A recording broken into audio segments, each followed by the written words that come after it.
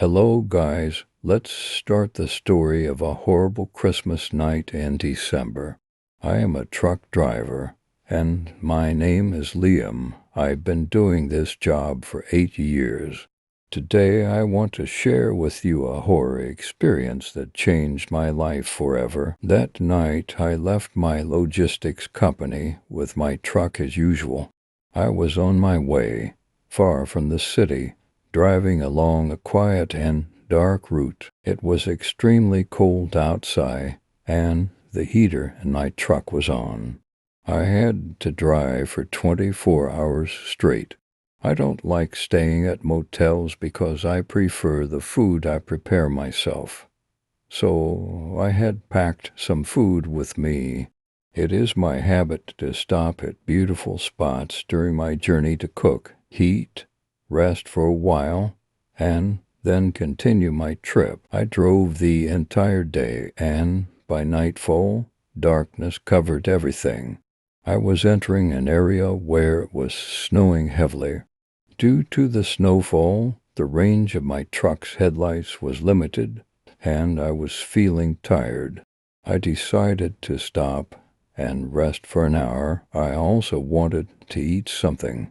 I parked my truck and covered the windshield and windows with sheets so that it was impossible for anyone to see inside, and equally impossible for me to see outside. I prepared some noodles for myself, ate them, and then lay down on the driver's seat to rest. I knew I couldn't stay longer than an hour because the heavy snowfall could trap my truck.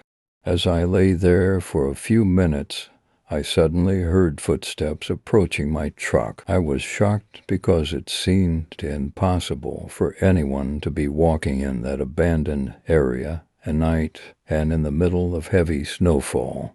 My heart raced as fear crept in. I thought it couldn't possibly be a human. I slowed my breathing and focused on the sound. Since the windows were covered with sheets, I couldn't see outside. I remained still, but the footsteps grew closer until they stopped right next to my cabin. Everything went quiet, and I couldn't imagine what it was or what it planned to do. Both cabin doors were locked, but after some time I felt someone trying to open the lock on the driver's side. I was terrified, unable to move. When the attempts to open the door stopped, I heard footsteps moving to the other side of the truck. The intruder began trying to open the second door. My fear intensified. And then I heard more footsteps this time. It sounded like more people were approaching my truck. They stopped near the cabin, and I could hear them whispering to each other in a language I couldn't understand. Gathering every ounce of courage, I decided to peek outside to see what was happening. I carefully moved to a position where no one could notice me looking out. But as I glanced through a small gap, the whispering suddenly stopped.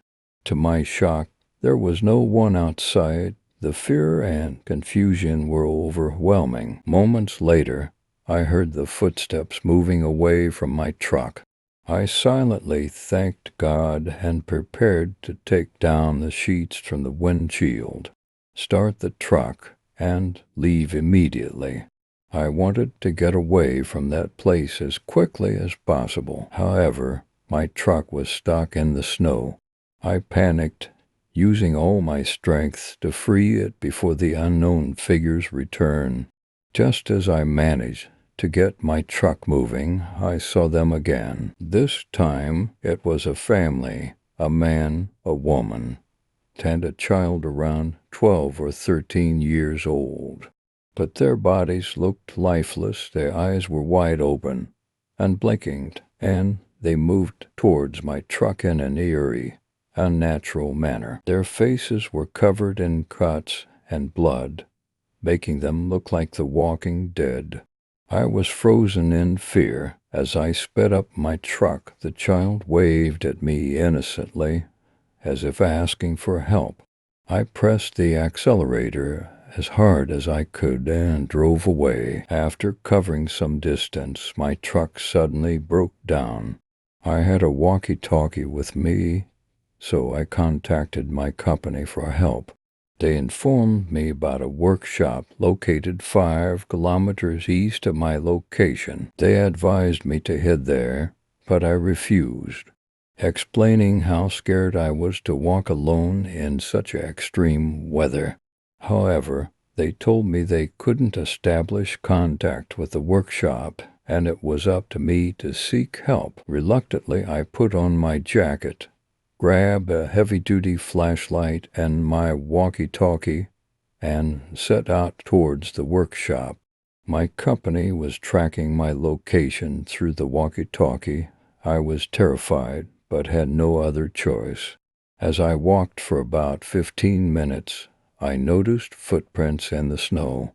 They led to a house nearby. Curiosity got the better of me, and I decided to investigate. From the window of one room, I saw a fire lit inside, as if someone was there.